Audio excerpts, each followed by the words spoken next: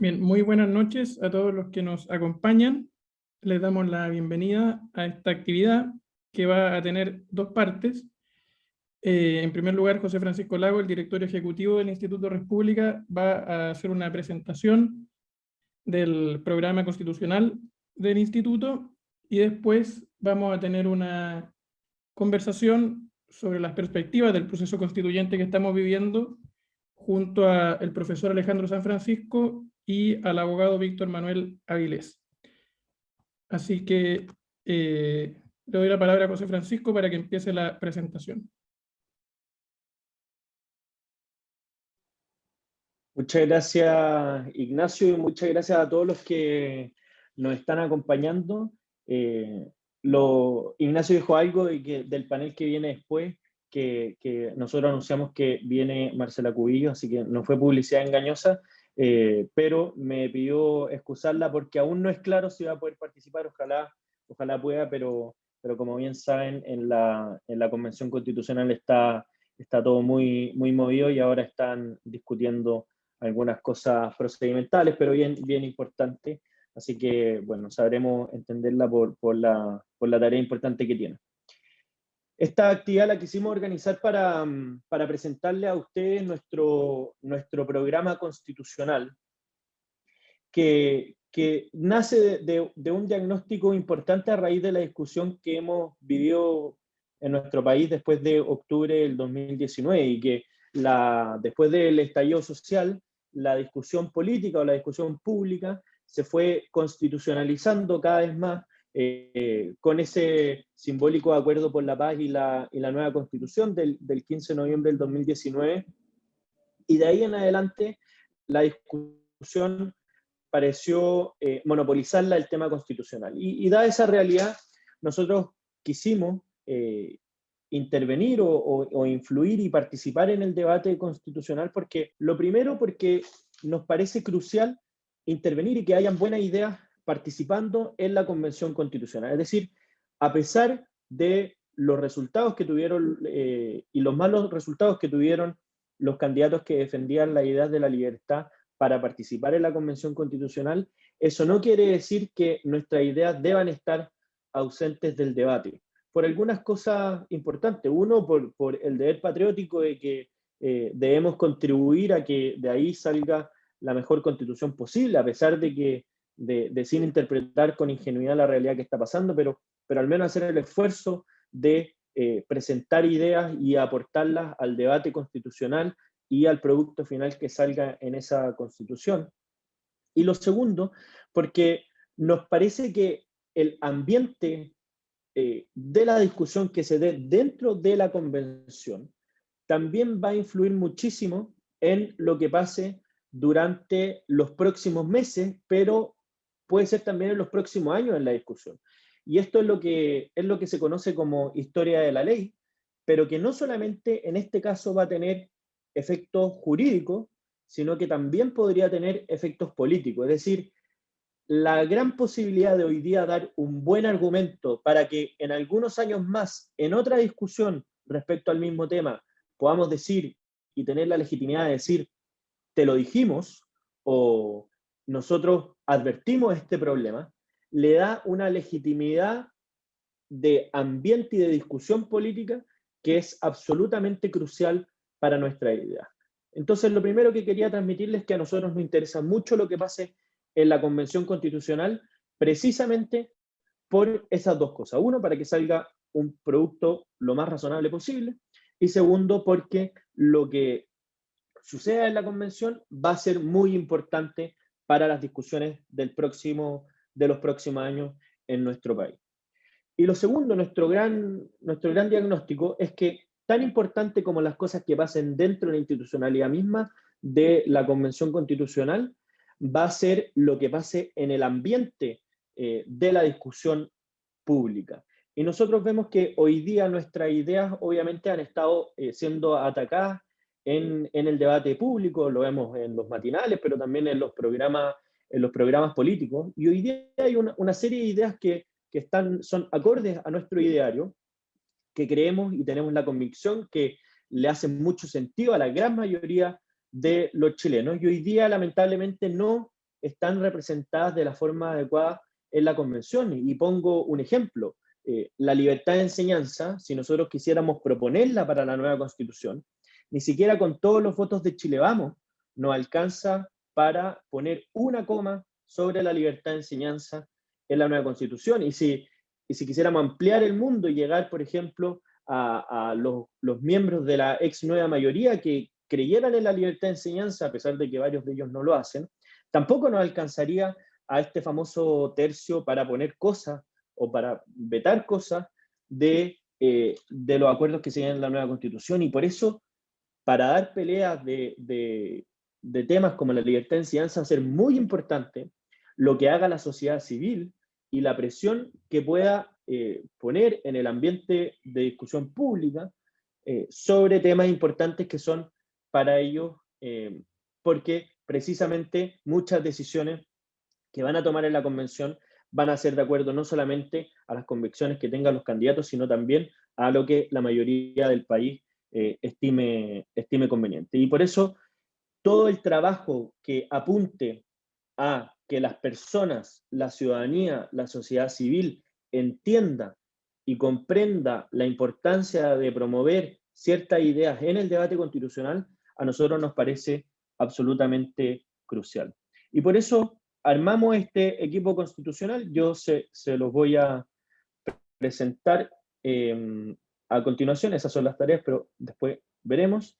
Esos son los miembros que componen, o las personas que componen el equipo constitucional de República. Somos tres abogados, probablemente se nos incorporen alguno más a lo largo del tiempo. Hay un egresado de Derecho, y abrimos un plan de pasantías para estudiantes de Derecho donde incorporamos a 6 estudiantes de la Universidad Católica y de la Universidad de los Andes, que ya llevan 3 meses trabajando, juntándose y teniendo reuniones periódicas con destacados constitucionalistas, preparando material, con un solo fin, que es el que les mencionábamos anteriormente, que es preparar contenido y material con este doble efecto que les comentamos. Y este es el trabajo que va a hacer nuestro equipo constitucional.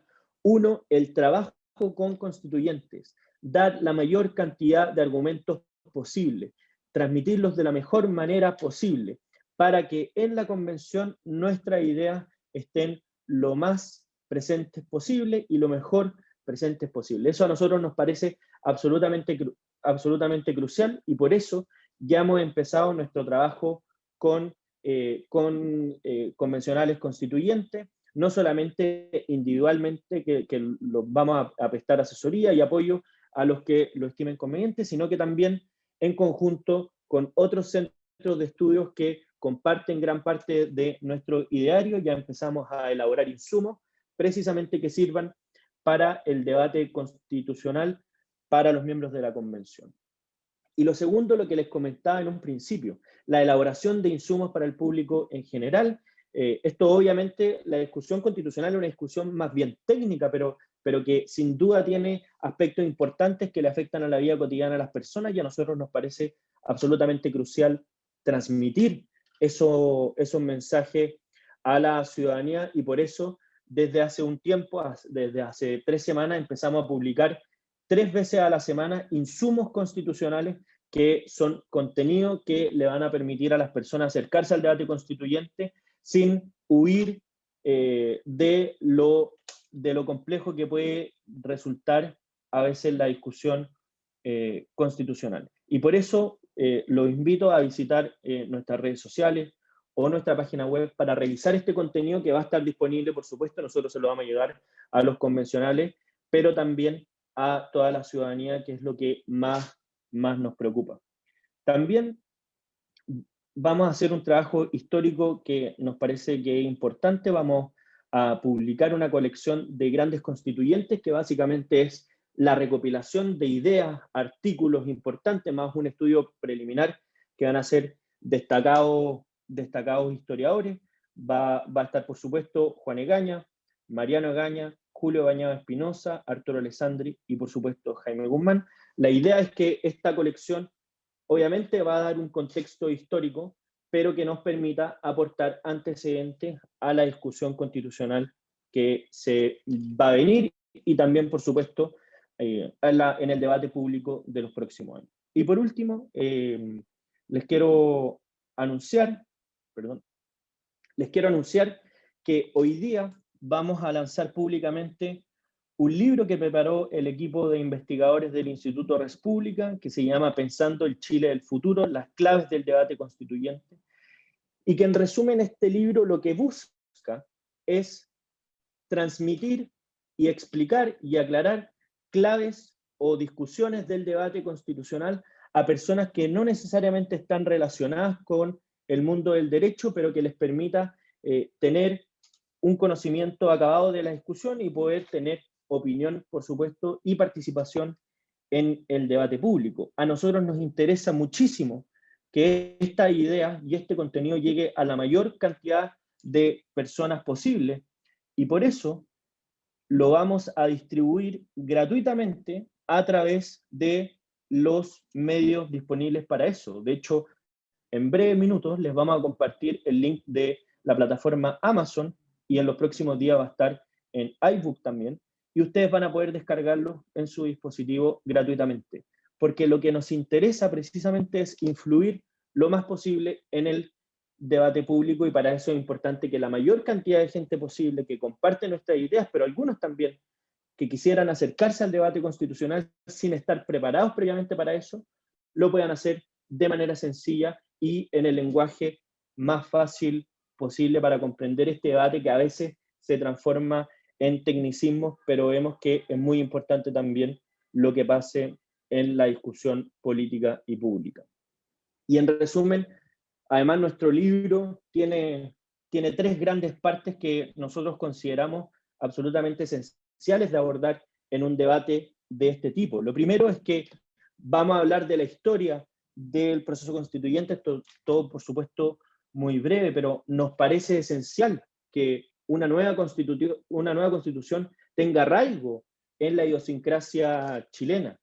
No puede ser un documento en abstracto que intentemos aplicar forzosamente a los ciudadanos, y por eso es muy importante entender los antecedentes políticos y jurídicos de lo que consiste la historia constitucional chilena, y por supuesto entender que estamos en una realidad compleja, en un ambiente político que es más bien líquido y que evidentemente estamos actuando dentro de un campo de bastante incertidumbre.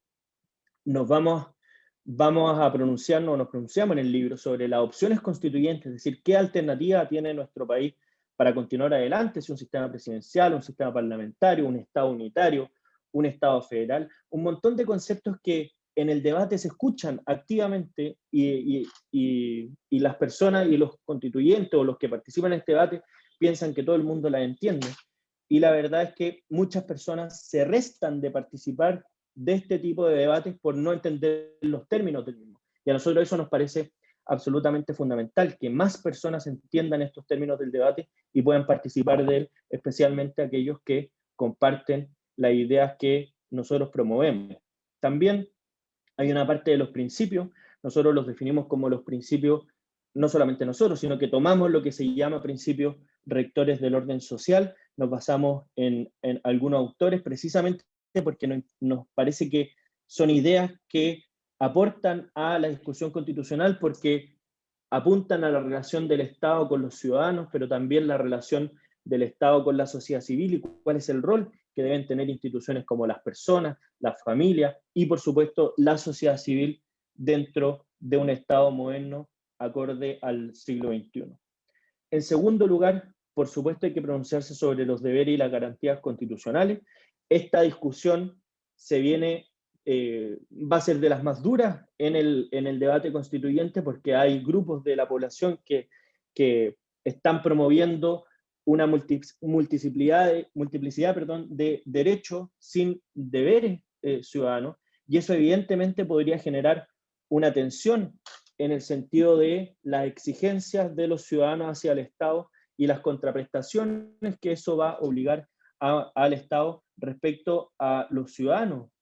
La responsabilidad institucional ha sido una de las claves de los últimos años en nuestro país, que le ha permitido salir a muchas personas, por ejemplo, de la pobreza, pero también la generación de oportunidades de las personas que han entrado a la educación superior, acceso a la educación misma, a la salud, lleva multiplicidades de oportunidades, que si no hay un estándar institucional como el que venimos acostumbrados, lamentablemente eso puede entrar en peligro, y a nuestro juicio ya está en un ambiente de riesgo por principalmente la incertidumbre política y social que se ha generado en nuestro país desde el 18 de octubre del 2019, y por supuesto a esto nosotros tenemos que agregarle el gran aliño que constituye la pandemia, que obviamente complejiza todo el desarrollo, el potencial desarrollo que pueda tener nuestro país.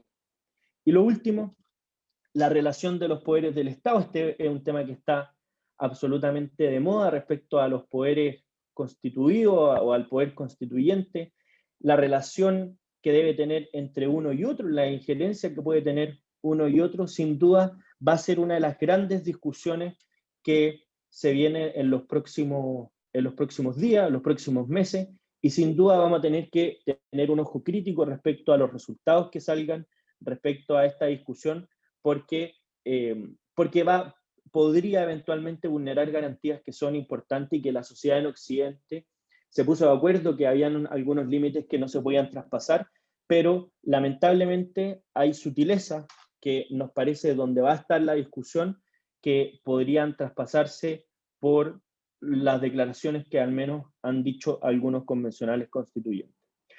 Para finalizar y para dar pase a la segunda parte de esta actividad, me gustaría decir que la discusión constituyente es importante, pero hay que tener ojo con los grandes titulares. Hay muchas cosas que nosotros creemos que son absolutamente importantes, que van a estar en una nueva constitución porque en general están, por ejemplo, el derecho de propiedad y cosas así.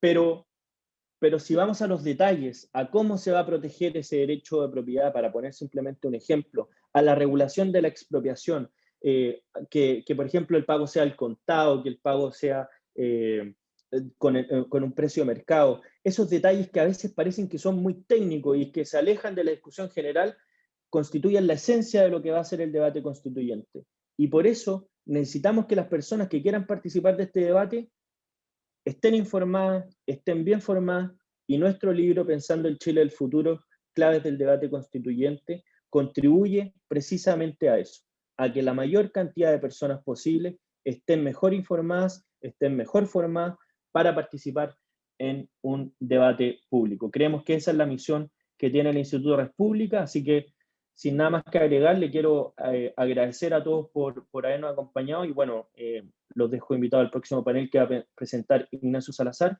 que es nuestro coordinador del equipo constitucional.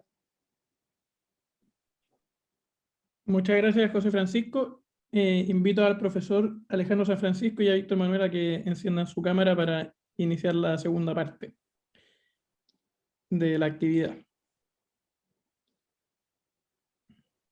Y por mientras, le aprovecho de recordar a los que nos están viendo que pueden dejar sus preguntas en la sección de preguntas y respuestas para hacerla al final, después de que cada invitado haga su exposición.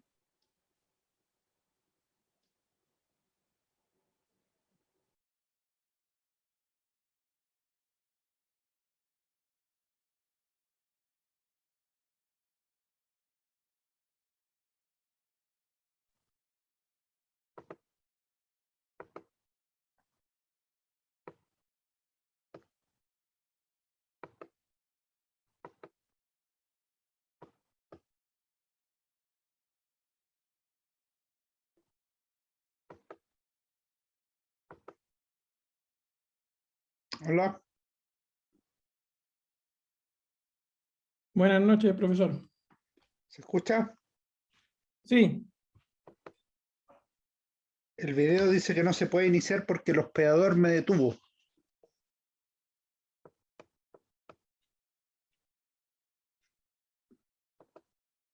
Ah, eso tiene que hacerlo José Francisco. Ahí está. Estoy iniciando. Excelente. Bueno, lo presento por mientras. El profesor Alejandro San Francisco es doctor en Historia por la Universidad de Oxford. Es historiador por la Universidad Católica y hace clases en la misma universidad, y además es profesor de la Universidad San Sebastián.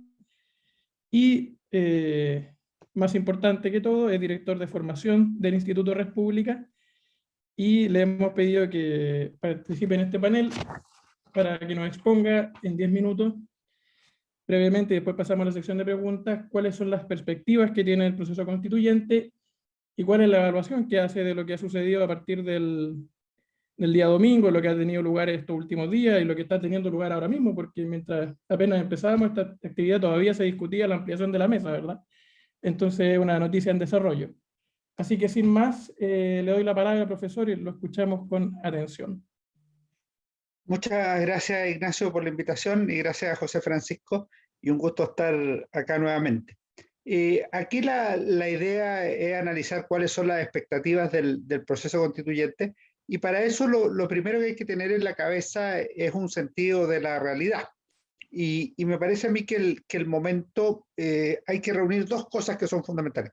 Lo primero es la manifestación de una amplia voluntad ciudadana de cambiar la Constitución, en torno al 78%, y en segundo lugar los resultados de las elecciones del 15 y 16 de mayo recién pasado. ¿Qué se produjo el 15 y 16 de mayo? A mí me parece que hay básicamente 5 efectos muy claros que se pueden graficar entre el 15 y 16 de mayo y el 4 de julio, al momento de instalarse la convención constituyente. En primer lugar, me parece que hay una izquierdización y un estatismo general del órgano constituyente o de la mayoría de los convencionales. Eso se aprecia por distintas vías, y evidentemente va a haber que detenerse en la letra chica, en los detalles, en las cosas que quedan para la ley, pero por ahí va una señal que es bastante clara en diversos sentidos.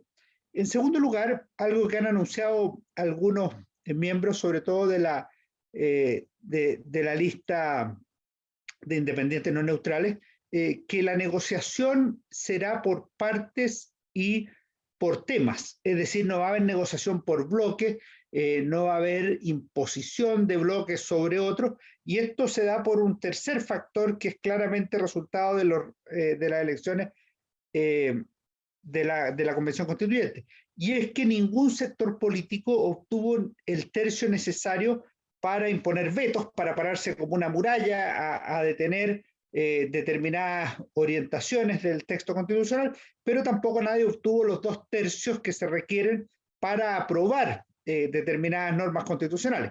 No lo obtuvo ciertamente la centroderecha, Chile Vamos o Vamos por Chile, como queramos llamarle, no lo obtuvo la izquierda, el Frente Amplio con el Partido Comunista, que si bien obtuvieron más o menos la misma representación que en las parlamentarias de diputados del 2017, es una cifra más baja incluso que la de Chile Vamos. La exconcertación prácticamente quedó demolida, salvo por los buenos resultados, relativamente por cierto, del Partido Socialista, que obtuvo 15 convencionales, mientras que los otros partidos, el Radical, el PPD y la Democracia Cristiana, quedaron sumidos en resultados muy malos.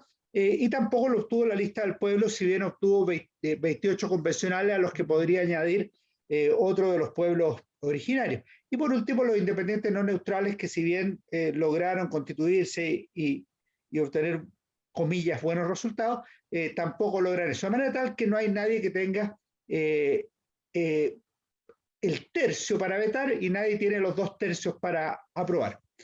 En cuarto lugar, a mí me parece que hay una clara irrelevancia de la derecha política. Esto se vio no solo en los resultados del 15 y 16 de mayo, sino que se vio sobre todo este domingo, y se va a notar en el desarrollo de la convención. Es un sector que algunos prácticamente han tratado de obviar en la discusión política, o en la conformación de las mesas, o en la orientación general que está teniendo la Convención Constituyente. Si bien hay algunos sectores que tienen esta intención de integrar a todas las partes y a todas las voces y a todas las miradas de manera de construir la llamada casa común, también es cierto que al no tener el tercio y al haberse también debilitado enormemente el resultado de la concertación de partidos por la democracia, el peso de la derecha es bastante menor de lo que había sido en el pasado. De hecho, es el peor resultado de la derecha desde 1989, que se suma a la irrelevancia que tiene el gobierno actualmente, que es un gobierno de centro-derecha. Entonces, esa mezcla es ciertamente muy negativa para ese sector político.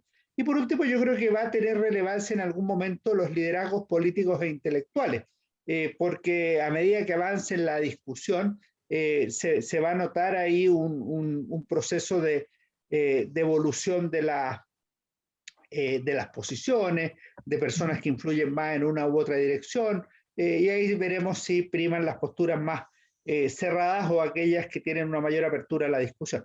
Si yo tuviera que definir algunas expectativas, por supuesto, en honor al tiempo, muy breves y muy acotadas, lo primero que yo diría es que vamos a vivir una etapa de incertidumbre.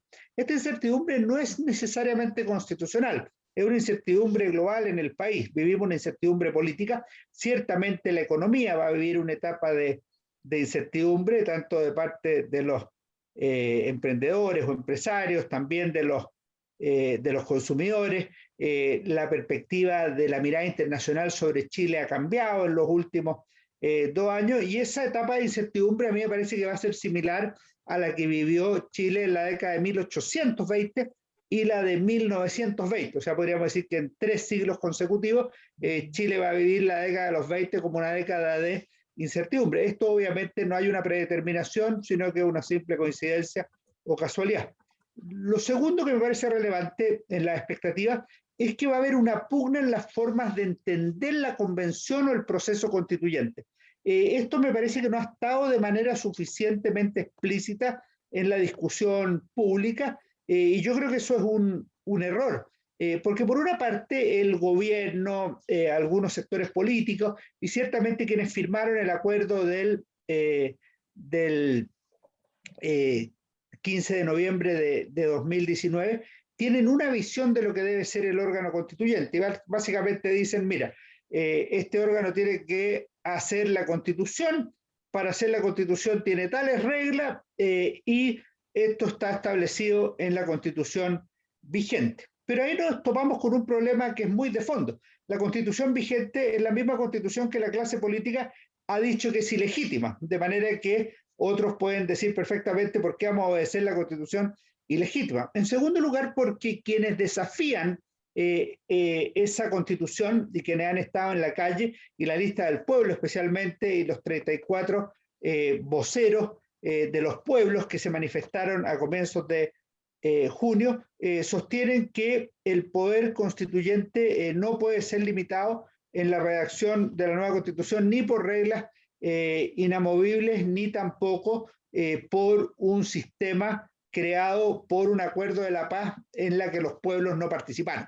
De manera tal que hay una forma de comprender el proceso constituyente que es diverso. En uno sería, llamémoslo así, un poder constituyente a través de un órgano delegado o representativo, y en el otro sería un poder constituyente más bien soberano, ilimitado u originario. Y esa discusión a mí me parece que está en el corazón de todas las disputas que ha habido y que va a haber en los próximos meses. Y en tercer lugar, a mí me parece que hay un tema de expectativa sobre el resultado de esta convención constituyente. Porque para algunos lo que vamos a tener en un año más, en un año y medio más, en 7 meses más, en lo que corresponda, va a ser una nueva constitución, buena, regular o más mala.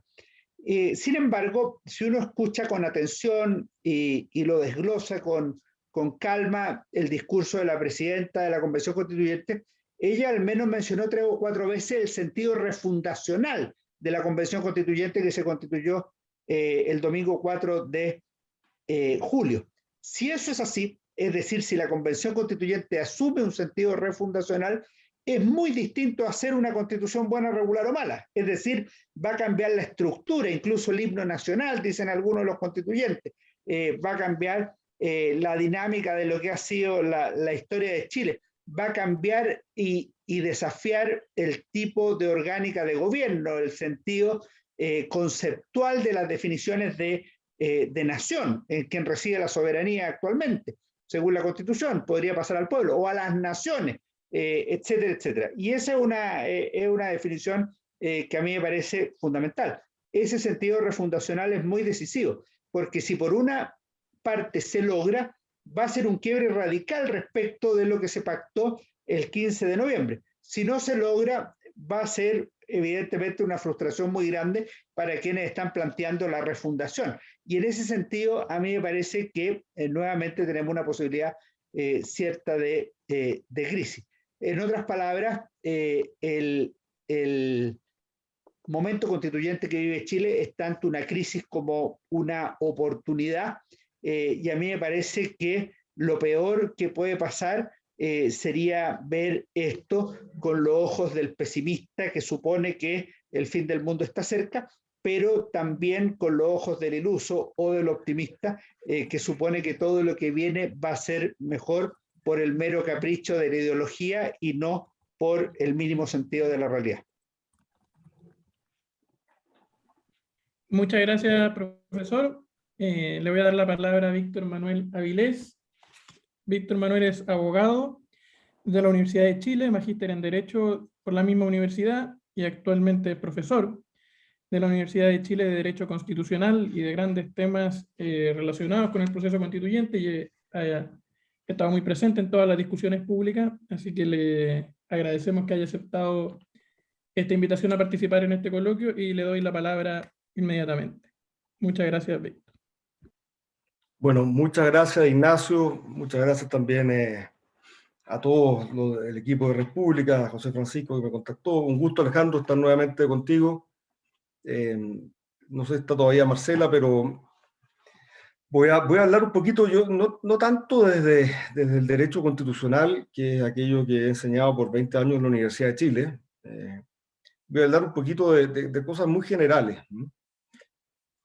Quisiera hacer alguna historia reciente y no tan reciente de Chile. El siglo XX, y acá le van a salir, se le van a parar los pelos, Alejandro, por las cosas que voy a decir, por la simplificación, pero van a entender a dónde va al final de la charla todo esta simplificación y generalización. El siglo XX parte, todos lo sabemos, con muchas cosas, pero entre otras cosas, ¿no es cierto?, se va produciendo un sucesivo éxodo del campo hacia las ciudades. Eso se va traduciendo en muchos efectos políticos, pero algunos de ellos son, por ejemplo, que el ascendiente que tiene y la conexión que tienen las distintas situaciones sociales en la relación en el campo van desapareciendo. Eso tiene un correlato en lo político también. Esto está muy bien reflejado en el libro de la Sofía Vergara, Con la rienda en el poder, donde va explicando cómo empieza a perder a propósito de este éxodo también, no solamente porque se conforma una proletariado urbano hacinado, sino también porque, bueno, hay una lejanía y eso hace perder algún espacio al Partido Conservador. Se empieza a fortalecer esta cultura del proletariado urbano, y en esa cultura del proletariado urbano están las ideas básicas para el crecimiento de las ideas marxistas, justamente, que requieren este obrero industrial, no tanto el campesino, y del Partido Comunista.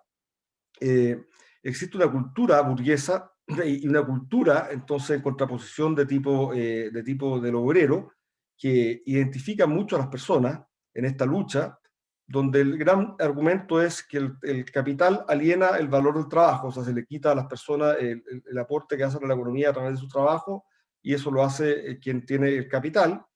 Y el contexto en general, ¿lo cierto?, todo esto, no sabemos si lo terminó de crear o nació fácilmente en eso, es entre un 50 y un 70-80% de la población chilena en una situación de pobreza o extrema pobreza.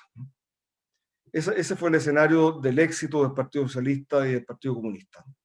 La revolución militar de 1973 fue sin duda generó una tremenda revolución social, exitosísima. Un gran revolucionario social, podemos decir que fue Pinochet en ese punto de vista. Se produce la emergencia, surgimiento, de una enorme clase media, distinta a la clase media tradicional chilena, que estaba muy ligada al Estado y a ciertas instituciones del Estado, pero era muy minoritaria. Ahora se produce una gran clase media, y en la misma manera que aumenta la clase media, disminuye obviamente la identificación cultural y también, ¿no es cierto?, la gente de extrema pobreza. Esta clase media tiene sus características, las sabemos, con sus angustias, con su dependencia contingente del sueldo, sin la red de protección social que prometió el gobierno y todo lo que sabemos. Pero eso es un hecho. Se produce esta tremenda emergencia y eso fue muy exitoso, sin duda. Se pierde la identificación entonces de este grupo político relevante con el obrero, y la pregunta es con qué se identifica, ¿no es cierto? La izquierda, además, la izquierda tradicional, en colaboración con la centroizquierda, accede al poder y por lo tanto empieza a desgastarse su imagen también por el hecho mismo de administrar y de gobernar, que desgasta. Pero eso es muy sumado, como les digo, al cambio de la identificación de los votantes con este modelo del obrero tradicional, lo cual le hace perder mucho sentido a las estrategias marxistas tradicionales. Después, lo cierto, mucho más cerca se produce un cambio en el sistema binominal a un sistema proporcional. Esto genera un gran incentivo a la creación de partidos políticos y, lo cierto, surge el Frente Amplio, con muchos partidos políticos, y entra el Frente Amplio en un tema que es muy relevante, y que es muy relevante para entender lo que está pasando en Chile ahora y lo que va a seguir pasando en los próximos meses, que es, yo no tengo la certeza si el Frente Amplio es un movimiento de ultra izquierda, no lo sé, creo que hay una mezcla de cosas ahí. Estoy seguro que no todos son marxistas también, pero lo que sí tengo clarísimo es que el Frente Amplio está en una lucha desatada desde una posición de nueva izquierda con la izquierda que ha gobernado Chile. Y Chile, en parte, está atrapada en esa lucha que sitúa todo hoy día entre la centroizquierda, que va aparentemente desapareciendo, y la extrema izquierda del Partido Comunista y el Frente Amplio, que intenta sacarle el espacio y llegar, ¿no es cierto?, a las mayorías necesarias para poder gobernar. Hay una lucha entre el Frente Amplio y la exconcertación. Y en esta lucha, ¿no es cierto?, se ha aparecido mucho este intelectual que ustedes han venido escuchando probablemente los últimos 20 años, Lacroix y Mouffe, ¿no es cierto?, y su pareja, pero básicamente ellos lo que proponen es efectivamente detectar, dado que no hay una identificación única de la posición del obrero luchando contra el burgués, la gente no se identifica como obrero ahora, bueno, pero tiene otros problemas, ¿no es cierto? Entonces, la primera regla es detecten en la sociedad los problemas que existen, no es que los inventen todos los problemas, no. Agudice los conflictos por todas partes, separados, que nadie sienta que se está asociando, porque en esta sociedad meritocrática y mesocrática el gran valor es el individualismo. Entonces no le pida que partan asociándose a nada, no, solamente dígale cuál es su problema, cuál es su conflicto, y asuce ese conflicto. Aparecen muchos pequeños conflictos, ¿no es cierto? Los más obvios que hemos visto en los últimos años son los pueblos originarios, el conflicto del feminismo, el conflicto del LGTB, ¿no es cierto? Con más sofisticación los últimos años, más cercanos y quizás meses, hemos visto la aparición del conflicto de los padres con los hijos a propósito de ciertas normas que se están discutiendo en el Congreso sobre educación, y algunos conflictos más sofisticados donde incluso ellos dicen estamos defendiendo las pymes, pero están defendiendo las pymes, ojo, en un nuevo conflicto que están abusando, que es su lucha contra la gran empresa. Es la pyme, no como el comienzo y el emprendimiento que entendemos nosotros para una empresa que se torna grande porque es eficiente, no. Estamos hablando de una pyme que entra en conflicto desde la empresa contra la empresa, hay que tener cuidado con eso. O hay que tener los ojos puestos a ese nuevo conflicto. Bueno, asuce estos conflictos, ¿no es cierto? Potencialos. Después, ¿no es cierto?, estos conflictos todos tienen su tema específico, pero tienen un tema común. Pareciera ser, ¿no es cierto?, que el tema que lo une es el modelo neoliberal que ellos llaman, que ellos además lo logran identificar con la Constitución. Entonces, el gran problema es la Constitución y finalmente logran ser muy exitosos en esto y entramos en este proceso que todos estamos, ¿no es cierto? Desde el punto de vista de este modelo, ellos lo han caracterizado, han establecido dos elementos. Uno que es muy escuchado, el extractivismo, es un modelo que además al no poder cuajar en el modelo de desarrollo y suplantación de importaciones que se intentó incentivar durante muchos años del siglo XX, ¿no es cierto?, lo que hace simplemente es centrarse en la extracción de materias primas sin considerar, ¿no es cierto?, los efectos medioambientales, y una palabra que quizás no la han escuchado tanto, pero bienvenido al mundo de la financiarización, que básicamente establece que la teoría que antes teníamos de la dominación del capital a través del trabajo, hoy día se establece de la dominación del capital no solamente a través del trabajo, sino que quizás con mejor sueldo, pero la gente se transforma, está alienada porque está permanentemente trabajando para pagar créditos, porque todo es a crédito. Y las empresas del retail venden a crédito y todo un sistema de crédito donde los tipos están pagando intereses. Entonces está alienado por la financiarización de la economía en general. Bueno, eso es un poco el enemigo común, ¿no es cierto? Entonces este enemigo común logra articular estos conflictos separados en un plano vertical, y en un plano horizontal, perdón. Y a continuación, ¿no es cierto?, viene el momento hoy día lo tenemos, la lista del pueblo cuajó y funcionó bien en esta elección, y al día siguiente empieza lo que se llama la articulación vertical, es decir, el ascenso de este grupo hacia el poder. A los pocos días, ¿no es cierto?, los líderes de la lista del pueblo hablaban de la creación de una estructura de líderes, de la participación de un comisariato que iba a estar de alguna manera algo así como el Tribunal Supremo, un partido que está velando porque la gente no sea parte de una declaración de principios que en teoría existiría, ¿no sé?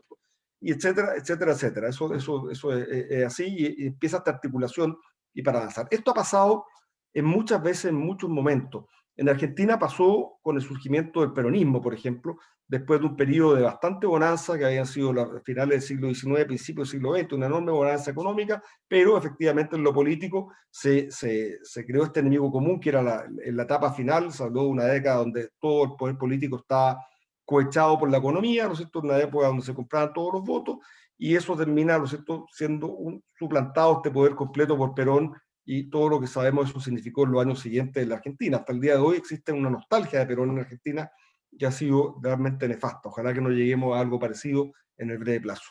Bueno, esto ha pasado y esta es la estrategia. Entonces, pero ha pasado una cosa importante, es que de alguna manera también el Partido Comunista, que tiene una estrategia quizás más marxista, más conservadora, pero ha demostrado ser bastante flexible y muy ordenado, flexible en el sentido que están dispuestos a hacer cualquier cosa. Jaude dice cualquier cosa con tal de captar votos, y por eso que ha ido apareciendo y seguirán apareciendo muchas veces cuestiones que no cuadran. Está tratando de hegemonizar esta construcción teórica de la lista del pueblo, y al otro lado estará haciendo por lo tanto, ¿no es cierto?, el Frente Amplio. Esto fue bastante claro, me parece, lo podemos ver en lo que fue la elección de la presidencia de la Cámara, la presidencia de la Convención Constitucional, ¿no es cierto?, donde hubo efectivamente una candidata con muchas posibilidades, que era la candidata de la lista del pueblo del Partido Comunista, y en paralelo, ¿no es cierto?, la candidata que finalmente salió adelante, que estaba más bien apoyada por el centro, la antigua izquierda de la Concertación y el Frente Amplio, ¿no? Entonces, eso demuestra y pone en evidencia este conflicto. Los conflictos en Chile los tenemos, ¿no es cierto? Y además hay otro que es importante en el momento, que es dominio por la constituyente, y otra cosa importante también es la triple corona, ¿no es cierto?, la parlamentaria y la presidencial. Si se produce la conjugación completa, la cristalización de un solo poder en estos tres elementos, va a ser complicado. La única esperanza que nos queda, que es que sigamos teniendo democracia. En la medida que tengamos democracia, los problemas, digamos, las malas decisiones en algún minuto se pueden revertir. Parte de lo que ha eternizado el problema en Cuba, eternizado el problema en Venezuela, fue que el conjunto de cambio económico y malas políticas fueron acompañadas además con un debilitamiento y desaparición de la democracia. Perdón la velocidad a la que hablo, pero quiero transmitir, porque todas estas cosas ustedes las saben, entonces estoy simplemente repitiendo cosas que escuchan por acá, pero con alguna hilación. Entonces, en ese momento estamos hoy día. Y la pregunta es, ¿qué podemos hacer? Para frenar esta cuestión? Bueno, para terminar de pintar el cuadro feo, ¿no es cierto?, asumir el poder total. Parte hoy día tratando de a poco ir declarando interdicto al gobierno, ¿no es cierto? Lo hace pésimo administrando los recursos que le dimos para la Convención Constitucional, pasen esos recursos, saquen al personaje que habían puesto ahí, lo vamos a administrar nosotros, y al Congreso Nacional también, ¿no es cierto? Ya estamos con y a los tribunales estamos con esta petición, que por suerte se está ejerciendo como una especie de derecho de petición, que nos lleva a otra duda legal, ¿no es cierto? No es que esté tomándose el otro poder por ahora, está sugiriendo, aconsejando con este peso moral que tiene la Convención Constitucional, pero ejerciendo el derecho de petición, cuestión que creo que es completamente improcedente, porque las autoridades públicas no tienen derecho a petición, es un derecho de los ciudadanos. Y por otro lado, ¿no es cierto?, nosotros nunca hemos visto, o por lo menos nos ha parecido aceptable, que el gobierno comente sentencia, la verdad o que el Tribunal Constitucional le proponga una determinada forma de legislar al Congreso Nacional ejerciendo el derecho de petición. No, eso no existe. Pero ahí está, es una forma de modelación, pero es claramente fuera del marco constitucional y hay que darle ojo a esa cuestión. Otro tema muy importante, que va a ser muy difícil los próximos 5 o 4 meses, es que no va a pasar nada bueno en la Convención Constitucional, los próximos meses, porque va a ser el parlante para amplificar este efecto por esta lucha para lograr la triple corona.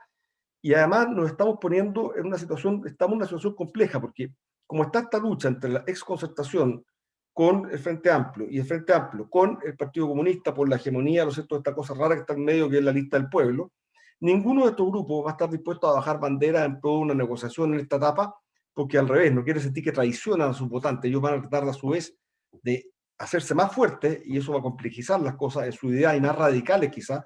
Por lo tanto, va a ser una etapa más bien centrípeta, lejos de ser centrífuga, lejos de tender a converger hacia el centro, hacia algo moderado, va a ser de mucho grito. Algunas personas hablan de una sinfonía en varias etapas, donde al principio es como estuvieran afinando desde instrumentos pero en realidad no van a tratar de afinar nada, porque ese conflicto tiene que mantenerse al menos hasta la parlamentaria, porque es lo que les permite afirmar votos. Entonces va a ser complicado. ¿Qué se puede hacer? Creo yo que se puede hacer para tratar de enfrentar esta cuestión. A ver, cosas que van a estar de todas maneras. Yo creo que la ciudadanía desconfía de los políticos, eso lo sabemos todos. Y rápidamente estas personas se van a transformar en políticos, la gente los va a empezar a ver más y puede empezar a, de alguna manera, tener menos confianza en este proceso. No digo que sea bueno que se le pierda la confianza al proceso, pero sí que la gente esté más encima y más reticente a creer en estas maravillas que surgen. Esto va acompañado a propósito de la revisión de las remuneraciones para los asesores, etcétera, que es una cosa que ya está empezando como a flotar y que rápidamente prende, y prenderá más todavía, lamentablemente, en la situación de pobreza que se nos va a venir encima en los próximos meses, cuando los fondos y la plata que circula, ¿no es cierto?, empieza a hacerse cada vez más escasa. Yo creo que hay que seguir un camino parecido al de ellos, pero con calma. ¿En qué digo un camino parecido al de ellos? Pienso que nosotros debiésemos detectar, como personas que creemos una serie de conjunto de valores y principios comunes, debiésemos detectar de aquellos conflictos que ellos han azuzado y levantado, cuáles son abordables sin atentar contra nuestras ideas y en cuáles nosotros podemos proponer soluciones para empezar a dar una vuelta ahí.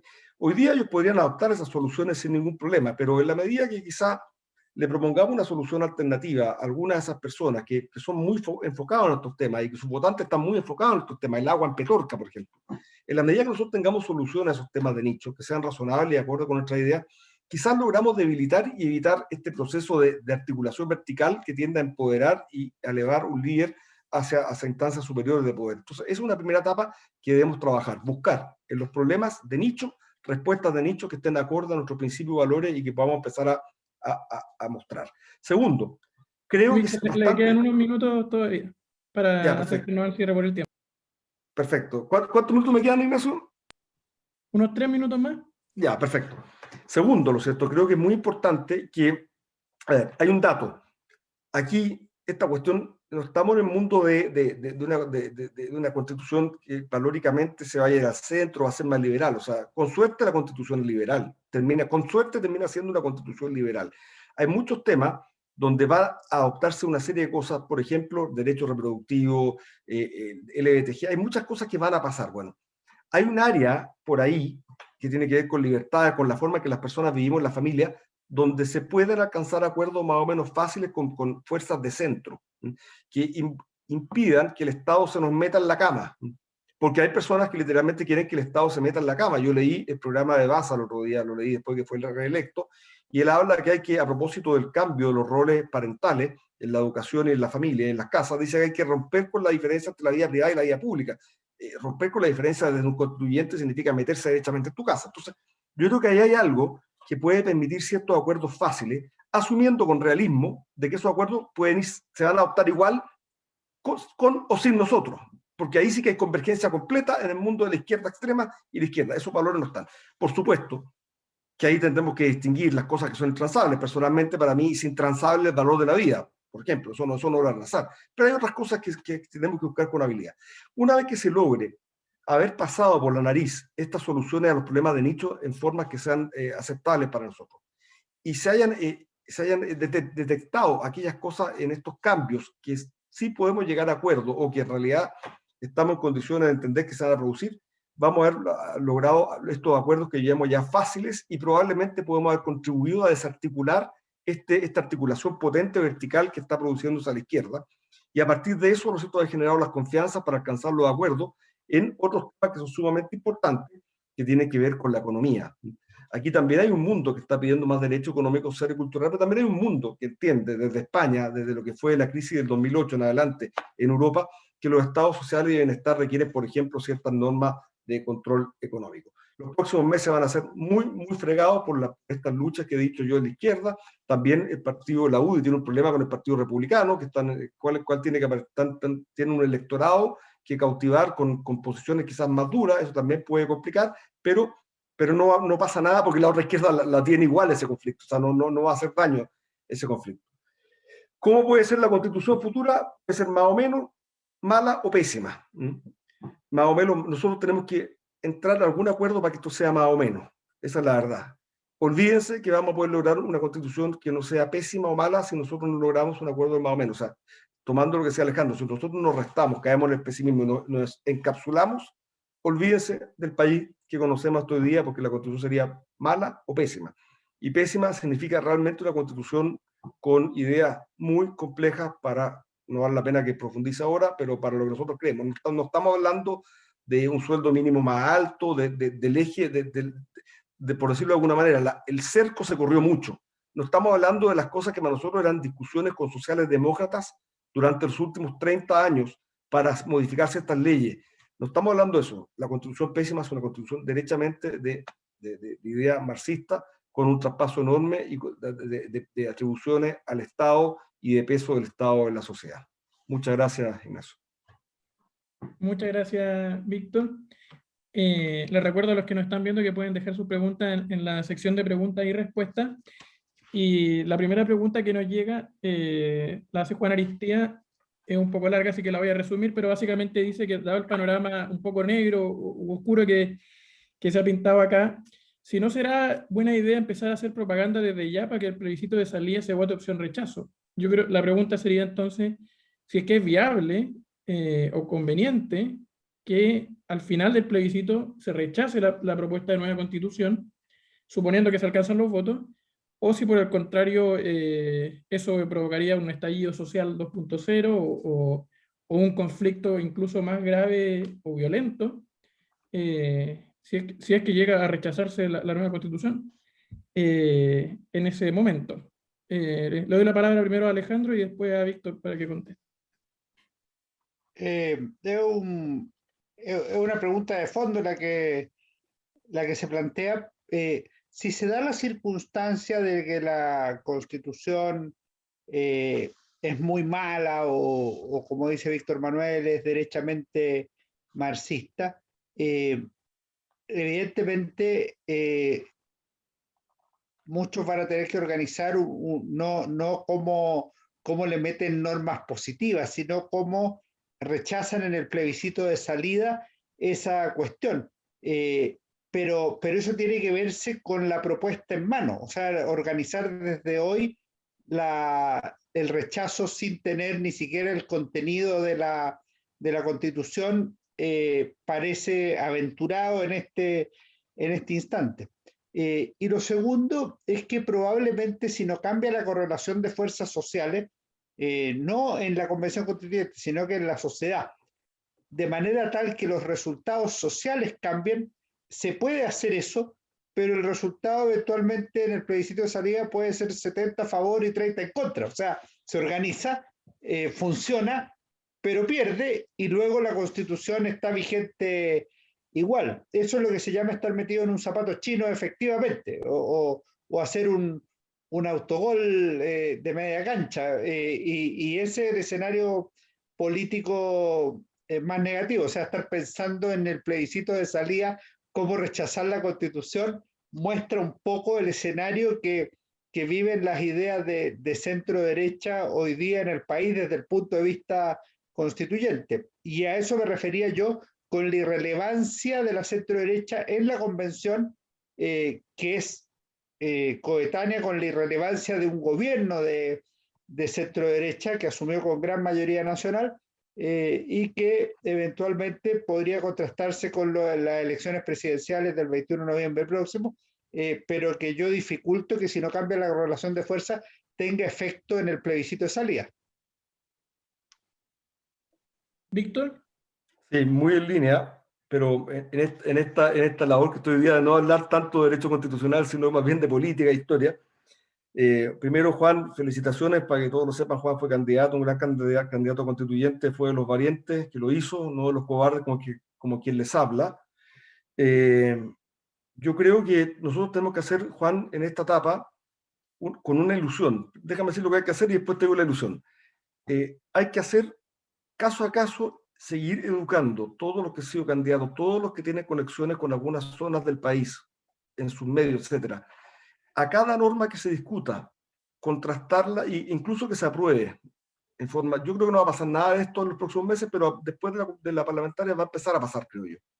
En cada norma mala que se apruebe o que esté por aprobarse, hay que contrastarla con la actual y decirle a la gente, ve, por esta razón quizás tenemos que rechazar la futura constitución. O sea, eso es inevitable, porque si hacemos ese camino desde ya, puede pasar, y acá viene la ilusión, que efectivamente algunas personas no hagan caso. Y si no le hagan caso, puede pasar que la otra ilusión de que la señal le llegue a los constituyentes de que hay que empezar a hacer mejor las cosas porque existe el riesgo que esta cuestión sea rechazada.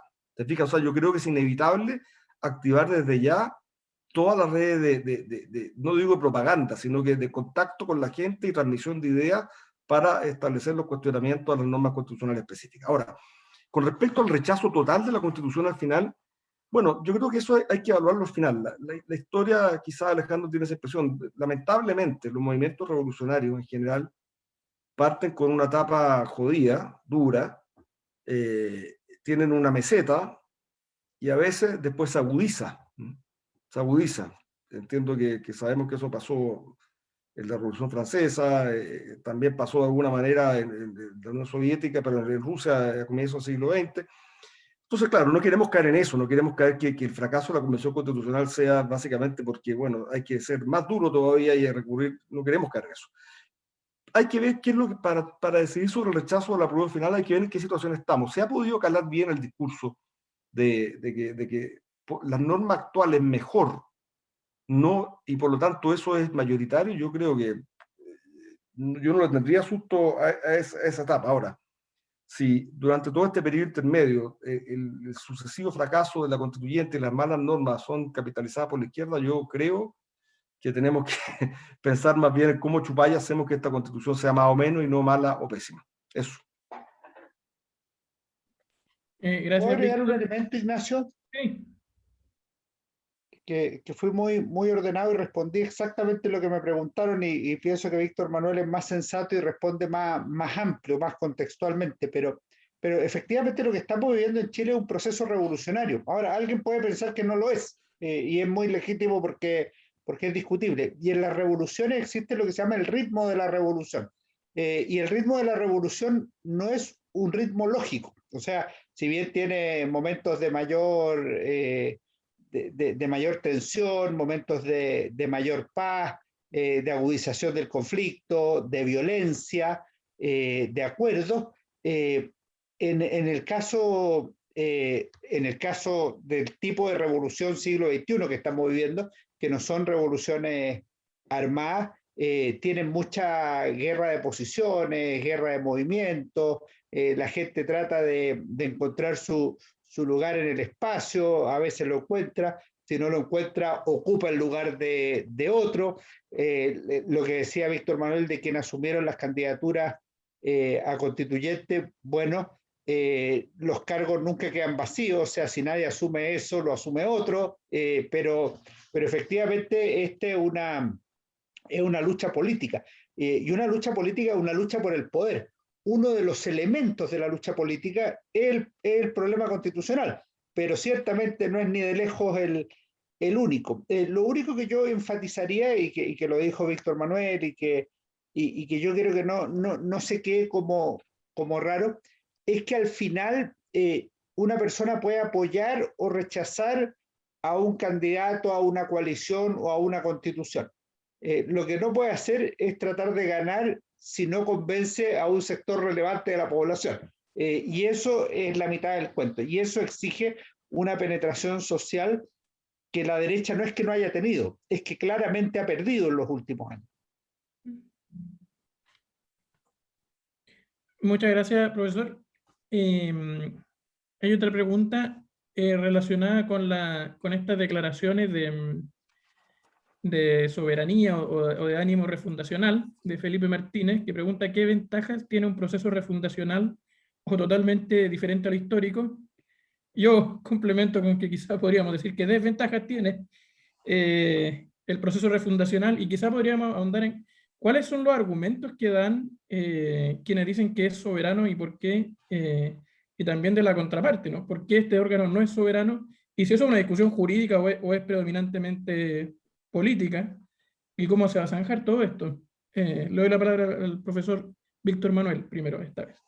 Bueno, no sé si entendí bien la pregunta, pero voy a decir algunas cosas que creo que le pega cerca. A ver, lo primero es que este proceso que estamos, esto desde la teoría legal o constitucional, fue un tremendo fracaso para quienes querían que se estableciera en la Constitución una asamblea constituyente soberana. Ese el discurso de Atria fue un perdedor del inicio del proceso, ahora está arriba del proceso, se montó, se reconvirtió, pero fue un tremendo fracaso. Porque como está establecido en la Constitución este proceso, y no voy a acudir a la dimensión agonal de lucha, donde Alejandro decía, claro, el tema constitucional formal es una cosa y lo que está pasando en la calle puede ser otra muy distinta. Desde el punto de vista formal constitucional, este órgano es un órgano representativo, es un órgano meramente redactor, que no tiene ni poder constituyente originario, ni tampoco tiene poder constituyente derivado. De hecho, el poder constituyente derivado sigue en manos del Congreso Nacional, que además lo ha tenido que ejercer para seguir mejorando las condiciones de habilitación de este proceso, entre otras materias, para permitir la paridad y la participación del pueblo originario. Consecuencia, desde el punto de vista formal, este es un proceso completamente reglado, donde tenemos un órgano representativo, colectivo y redactor, que además, con muy mala técnica, pero se entiende, porque nosotros los que somos abogados entendemos que los organismos públicos, los en general el Estado y todos estos organismos que uno crea, solamente pueden hacer aquello que se les dice que puede hacer, para aquello para lo cual se crean, y más allá de eso hay un vacío. Por lo tanto, uno no establece límites para un órgano público. No lo hace, porque donde no se le ha dicho expresamente que puede hacer algo, ya sabemos que hay un límite absoluto y infranqueable. Pero acá, por razones históricas, de temor con lo que haya pasado en otros países, bueno, con esta técnica extraña legislativa se creó esta norma que dice puede hacer esto y además no puede hacer esto otro, que ya es una cosa extraña porque eso da espacio para que entre medio los habilosos que interpretan todo digan, bueno, aquí parece que hay puede que haya un espacio blanco y negro, no sé si me entienden, pero si yo decía solo puede hacer esto, bastaba, no podía hacer nada más. Cuando tú dices puede hacer esto y no puede hacer esto otro, la pregunta es qué pasa si nos quedó acá entre medio. En esa discusión estamos hoy día. Pero eso no la transforma bajo ningún respecto en un organismo soberano. Ahora, ese es el mundo teórico. El mundo real, efectivamente, ellos tienen hoy día una legitimidad muy por sobre el gobierno y muy por sobre el Congreso Nacional actual. Pero esa legitimidad se les empieza a acabar, por eso decía que ahí hay otra razón para la esperanza, no solamente porque ya no van a necesitar esta lucha agonal para captar más votos entre estos grupos que pelean por quién se hacen más izquierdistas o quién se hacen más derechistas, sino que además va a pasar otra cosa, ¿no es cierto? Ellos ya van a ver otros electos, unos parlamentos que van a estar con una aprobación renovada, y eso debiese fortalecer al Congreso Nacional, y nosotros debiésemos preocuparnos de que todos nuestros candidatos vayan firmes con ese mensaje, con el cuestionamiento a la defensa, perdón, con la defensa del rol del Congreso, de las instituciones, y con el cuestionamiento del rol de la constituyente. Esa es mi visión. No hay ninguna ventaja hoy día porque no pueden. Yo entiendo que Carl Schmitt plantea que el proceso constituyente tiene que ver básicamente con quién tiene la capacidad, es una cosa muy práctica, que tiene la fuerza de imponer una constitución. Bueno, estará por verse, pero me parece que el hecho que hay una parlamentaria en 4 meses más podría ayudar a que no se cuajara esta constituyente que tendría la capacidad de hacerse fuerte, porque nuevamente surge este otro congreso de forma paralela y con posterioridad a ella que podría estar refortalecido. Eso. Alejandro. Sí, yo pienso un poco distinto. Yo creo que yo llegué a Carl Schmitt muy tarde en mi vida y llegué a la historia de Chile muy temprano. Y si tú miras la historia de Chile, la Constitución de 1833, la de 1925 y la de 1980 se hicieron por grupos que ganaron una guerra civil o hicieron un golpe de Estado, tuvieron el poder real, asumieron el poder fáctico constituyente e hicieron la Constitución. Para eso no necesité leer a Carl Schmitt, ni necesité leer a ningún autor. Lo que vi fue la historia, los hechos, y los hechos mandaban eso. Y eso es lo que está en disputa hoy día, que es un problema político muy, muy de fondo. Y eso es lo que está disputando la revolución constituyente del 2019. O sea, la explicación de Víctor Manuel yo la encuentro muy inteligente, muy sensata y muy ordenada. Que trate de dársela a la mayoría de la convención para ver quiénes le firman su explicación, porque el problema no es constitucional, es político. Y por eso a mí me llama la atención cómo todos hablan de la convención constitucional. La convención puede llamarse constitucional, pero la verdad es que la convención es constituyente, no es constitucional. Constitucional son otras cosas. Esta convención es una cuestión muy distinta, donde la palabra se ve absolutamente superada por la realidad. Y el problema que tiene es que efectivamente también puede ser superada por la ley. O sea, si el problema es que la ley le fijó un límite, bueno, la ley le puede cambiar ese límite. O sea, se puede elegir con toda la fuerza que dice Víctor Manuel el 21 de diciembre un congreso que puede decir en marzo, bueno, ahora se requiere más de la mitad y no 2/3 para aprobar esta norma. Y además el gobierno elegido, el del señor Joaquín Lavín o Sebastián Sichel, cesará en el momento en que entre en vigencia esta nueva constitución y se llamará nuevas elecciones.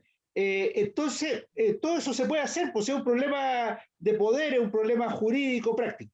Y yo agregaría un tema más, que yo entiendo que es muy difícil de hablar, pero es real. ¿Qué institución relevante del Estado nos ha saltado la Constitución en los últimos años y medio? O sea, es una tarea difícil encontrarla. Entonces, cuando tú dices, cuando el presidente del Senado le dice expresamente al presidente de la República que si quiere gobernar tranquilo, tiene que aceptar el parlamentarismo de facto, o sea, de hecho, supera todas esas limitaciones que dice Víctor Manuel de decir esto es lo que no se puede hacer. Bueno, no se podrá hacer en no sé qué concepción jurídica. En Chile se puede hacer porque estamos en un régimen de facto. El gobierno se salta también las normas que estima conveniente saltarse. El gobierno sostiene que se está legislando cosas inconstitucionales, que después firma para que sean ley. Lo mismo hace el Congreso, el Tribunal Constitucional, ¿para qué decir? O sea, si es que creemos que todos los órganos han sido puros este año y medio, resguardando la vigencia de la institucionalidad, yo al menos he observado otro país en este tiempo.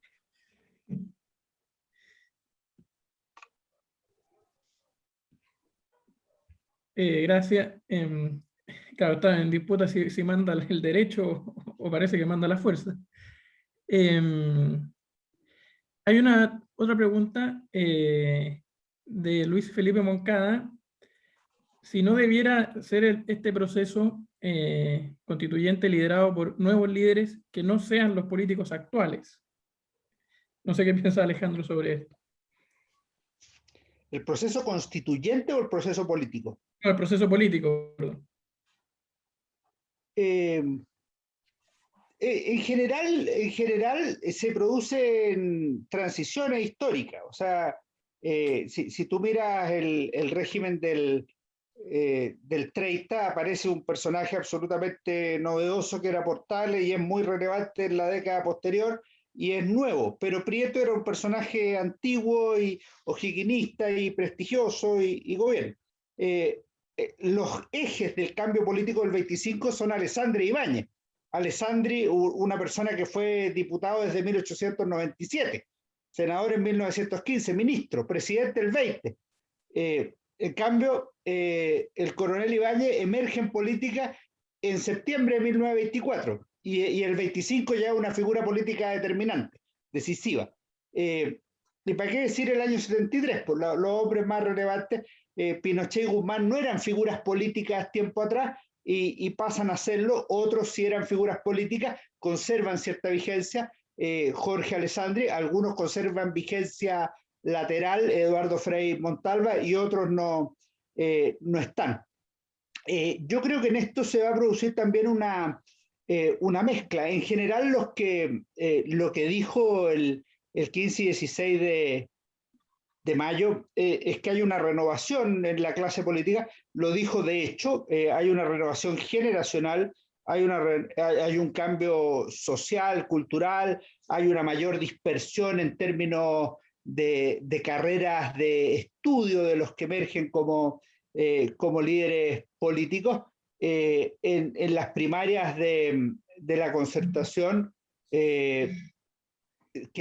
primarias que serían primarias entre comillas, que serían ciudadanas o como se llamen, hay dos personas relativamente nuevas, o sea, de 50 años y algo, eso es relativamente nuevo. En las primarias de la izquierda hay uno muy nuevo, o sea, que era presidente de la fecha el 2012, que es Gabriel Boric, y otro menos nuevo, pero relativamente, que tiene cargos solo en la última década, cargos relevantes, que es Daniel Jaude. Y en la centro derecha pasa algo curioso. La persona mejor aspectada es una persona que fue candidato a diputado en 1989, que es Joaquín Lavín, mientras los otros son muy, muy nuevos. Mario Desbordes,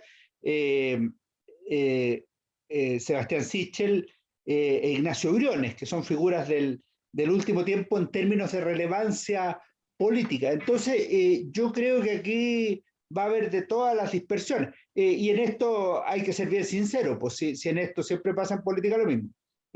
Yo quiero que se renueve la política cuando el renovado es de mi lado, pues si el renovado es del frente, quiero que se mantengan los mismos dirigiendo la política, porque en esto el principio se adapta a la conveniencia con una facilidad pocas veces vista. Gracias. Víctor. Sí, mira, yo creo que lo inmediato es probable que sean, es cosa, yo haría un buen análisis, no tengo la capacidad de hacerlo ahora, de los resultados de la convención convencional, digamos, la elección, para ver cómo les fue a las caras conocidas en relación a las caras nuevas. Parecería que hubo un poco de todo, parecería que hay un cierto hartazgo con la política tradicional, es cierto, así que, pero mira, política es de la área donde la gente resucita con más facilidad, creo yo, aunque no crean en la resurrección, pero se les da fácil. Lo que sí creo que no es garantía de nada, que sean nuevos o no es garantía de nada, creo yo. Puede que sea, en lo inmediato tengan que cargar con menos culpa, y eso puede quizás ayudar a lograr captar algunos votos, sobre todo sectores que votan poco. Oye, y volviendo a lo que decía, perdón Alejandro y Ignacio, quisiera tomar un punto nomás sobre el tema anterior. Yo dije que una cosa es la teoría constitucional legal y otra es la fuerza y la práctica. Y la política, bueno, la política es eso, ¿no es cierto? Al menos en la fase agonal. Pero yo creo, Alejandro, que en la medida que la ciudadanía apoye la inconstitucionalidad y la ilegalidad, eso tiene sentido y sale adelante, como lo apoyó aparentemente a propósito del retiro de la AFP, etcétera, etcétera, etcétera. Pero si se empieza a deslegitimar la Convención Constitucional porque empiezan a no tomar decisiones, porque la gente se empieza a hartar de que todos los días termina en un show, porque aumentaron el nivel de gastos sin resultado, etcétera, yo no sé si eso les va a permitir a ellos adoptar decisiones que sean al margen de la constitucionalidad. Entonces yo no renunciaría discursivamente, aunque no sé ante qué tribunal celestial va a ir a tocar la puerta para discutir lo que hace la Convención Constitucional, al menos en esta etapa inicial. Probablemente no hay tribunal que esté en condiciones, ni organismo público chileno que esté en condiciones de pararlo en lo inmediato. Pero sí, discursivamente creo que no podemos renunciar a decir lo que dije, que es un poder constituyente, que no es poder constituyente, que es un organismo redactor. Bien. Perdón, es un organismo redactor, pero que en la práctica el presidente y el Congreso le dieron el carácter de poder constituyente. Eso es lo que entendió todo el mundo políticamente en noviembre del 2015. Entonces, si al final lo que tú dices que el poder constituyente es el Congreso abdicó de su responsabilidad constituyente, el gobierno abdicó de la suya y se le entregaron a este nuevo órgano. No. Ese es el hecho político. Yo creo que el poder constituyente en nuestro discurso y en lo teórico es el plebiscito de salida del pueblo. Está bien, está bien. Y esa es la defensa, eso es lo único que nos da fuerza para sostener, señores, ustedes tienen que cumplir un encargo. Requiere una ratificación. El encargo va a ser sometido. Sí, ¿Ah? Sí, estamos de acuerdo en eso. Sí, y yo eso es, pues digo, lo planteé el que se quedó en el Congreso del constituyente derivado, el que se quedó en el Congreso del constituyente derivado. Sí, claramente. Sí, lo que pasa es que ellos se arrogan el poder constituyente originario. que es una fórmula, porque ese estaremos de acuerdo en que es una discusión teórica y la aplicación práctica cada uno se la entrega según conveniencia. Yo creo que sí, es bien teórico eso, pero yo creo que el punto fuerte es que la gente también espera participar en un plebiscito de salida, y lo que no queremos, lo cierto, es que todas las decisiones sobre la Constitución que viene sean tomadas sin ese plebiscito de salida. Y eso nos da alguna fuerza, porque nos conecta con la facultad de las personas. Así es. Bueno, en honor al tiempo, vamos a dejarlo hasta aquí porque ya estamos un poquito pasados de la hora prevista, aunque estaba muy interesante esta discusión. Así que le damos las gracias a todos los que nos han acompañado y especialmente al profesor San Francisco y el profesor Avilés por haber accedido a esta invitación. Y bueno, y excusamos a Marcela Cubillos por razones conocidas de todos, digamos que está sesionando la convención precisamente cuando empezamos esta actividad, así que por eso no pudo venir. Así que muchas gracias y muy buenas noches. Muchas gracias. ¿Eh? Muchas gracias. Chao, que estén bien. Chao, Alejandro. Nos vemos, Víctor, mucho gusto. No, Chao, Ignacio. igualmente, mucho gusto. Chao, chao.